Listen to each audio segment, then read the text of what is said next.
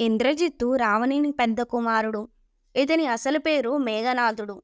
మరి ఇంద్రజిత్తు అని పేరు ఎలా వచ్చింది?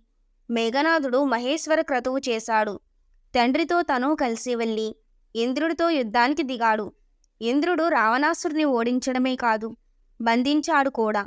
తండ్రికి జరిగిన పరాభవానికి మేఘనాథుడు ఊరుకుంటాడా? లేదు, విజృంభించాడు, మాయ చేశాడు. రాక్షస మాయతో యుద్ధానికి పూనుకున్నాడు. దేవతల రాజును ఈ రాక్షస పుత్రుడు ఓడించాడు. ఓడించడమే కాదు, బంధించి తన వెంట లాక్కుపోతుంటే బ్రహ్మ వచ్చి బతిమాలి ఇంద్రుణ్ణి విడిపించాడు. ఇంద్రుణ్ణి ఓడించడం వల్ల ఆనాటి నుంచి ఇంద్రజిత్తుగా పేరొచ్చింది.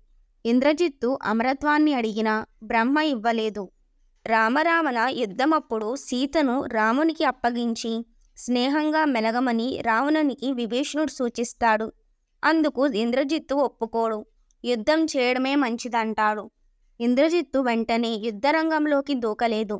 చాలామంది రాక్షస వీరుల తలలు తెగినాక గురూపదేశంతో హోమం చేశాడు. హోమగుండం నుంచి బంగారు రథం వచ్చింది. ఆ బంగారు రథమెక్కి యుద్ధరంగానికి వచ్చాడు. మొదట అంగదుని చేతిలో ఓటమి చవి చూసిన మాయతో మంత్రతంత్రాలతో వానర సైన్యాన్ని ఆటలాడించాడు.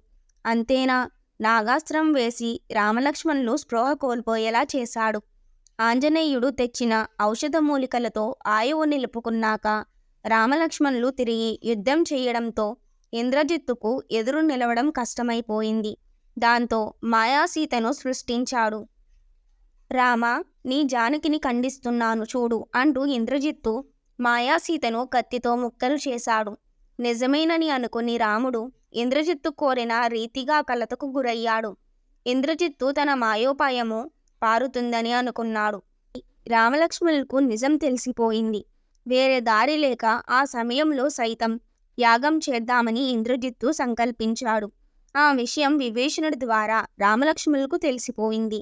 యాగము పూర్తయితే ఇంద్రజిత్తుని ఓడించడం కష్టమని తెలిసి వెంటనే సంహరించాలని రామలక్ష్మణులు తలపోశారు.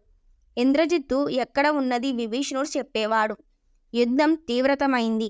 రాక్షస సేనలు, వానర సేనలు ఒకరి మీద ఒకరు తలపడ్డారు. లక్ష్మణుడు, ఇంద్రజిత్తు దివ్యాస్త్రాలతో ఒకరి మీద ఒకరు విరుచుకుపడ్డారు. చివరకు ఇంద్రజిత్తు లక్ష్మణుని చేతిలో హతమయ్యాడు.